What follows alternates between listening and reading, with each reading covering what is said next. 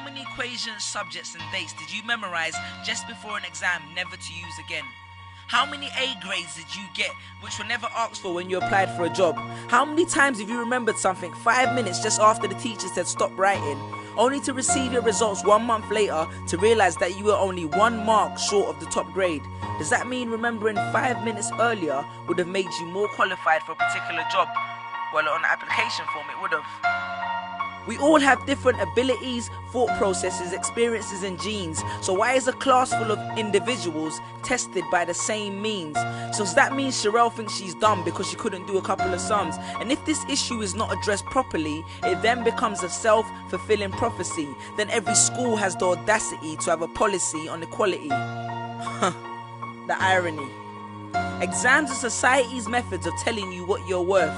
But you can't let society tell you what you are, because it's the same society that tells you that abortion is wrong but then looks down on teenage parents. The same society that sells products to promote natural hair, looks and smooth complexion, with the model on the box half photoshopped and has fake lashes and hair extensions, with pastors that preach charity but own private jets, imams that preach against greed but are all fat, parents that say they want educated kids but constantly marvel at how rich Richard Branson is, governments that preach peace but endorse wars, that say they believe so much in the importance of higher education and further learning, then why increase tuition fees every single year?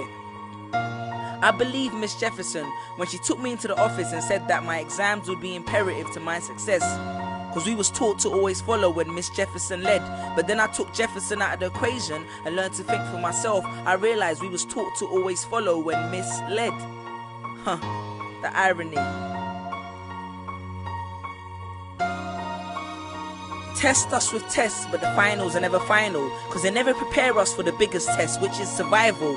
And what I suggest is fairly outlandish, so I do not expect everyone to understand this, except for the kids who knows what it feels like to be worth no more than that D or that A that you get on results day, and the ones whose best stories were never good enough for the English teacher, because apparently you missed out key literal techniques, did not follow the class plan, and the language was too informal for him to understand. But then he'd reference Hamlet and Macbeth, and you'd fight the urge to express your contempt by partially clenching your fist with only your medius finger left protruding in the middle of your hand, and then asked if he was aware that Shakespeare was known as the innovator of slang, or the kid at the back of the class who thinks, why am I studying something that doesn't fuel my drive? But then when confronted with a maths problem, his eyes come alive. So this one is for my generation, the ones who found what they were looking for on Google, the ones who followed their dreams on Twitter, pictured their future on Instagram, accepted destiny on Facebook. This one's for my failures and my dropouts, for my unemployed graduates, my shop assistants, cleaners and cashiers with bigger dreams, my self-employed